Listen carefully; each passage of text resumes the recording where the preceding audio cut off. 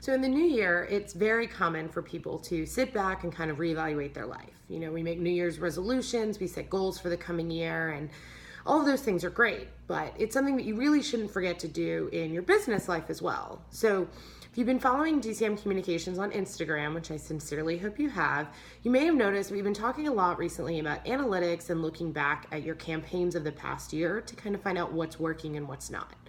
And there's a few points that I want to add to that. And one is that you really can't get caught up in your social media analytics too much.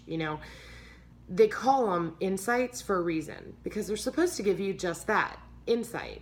However, nothing is an absolute. I don't want people to get stressed or the fact that, oh, well, I lost 1 or 2 followers today, or I used this great post that followed the same methodology as another one that did really well and it didn't do as great.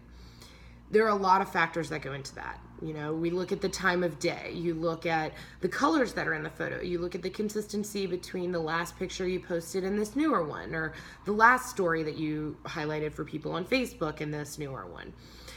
It is one of those things that in the end, though, you can analyze it until the cows come home, and you want to pay attention to it to try to find consistency and patterns. But one of the things you're going to notice across the board is that there isn't always going to be an answer. And here is why. It's very simple. All social media revolves around humans and human behavior.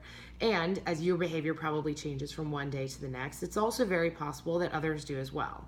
A post that did really well on Thanksgiving Day might not have done as well on Christmas Day. Both of these are holidays, both of these are big holidays, but everybody's behavior is different, and that's what we're looking at overall, right? Is we're trying to predict their behavior. But again, Facebook, Instagram, Twitter, these are all insights. They're not direct correlations, okay? So use them to guide your principles, but don't use them as the absolute. And then the second thing is, once you do look through those, find out what is it that's not working. Not just in social media, but across all of your marketing channels. Are you advertising somewhere that is not bringing in any leads for you? Maybe if you have a branding ad out there as opposed to one with a call to action, that's why.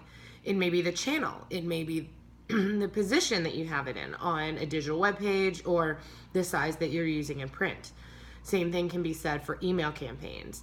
If you're not getting the response you want, either a growth in followers or subscribers or more clicks in specific areas, and then those clicks leading to conversions, figure out, is it really worth your time? It may not be. You may find that one of the channels you're putting the least amount of time into actually has the highest conversion rate. So that's where you want to kind of change and pivot your strategy. So make sure you're looking at all of these things this year. I hope that you have a wonderful 2017 ahead. And if you want some assistance with guiding those principles, please make sure to reach out to me. I look forward to talking to you.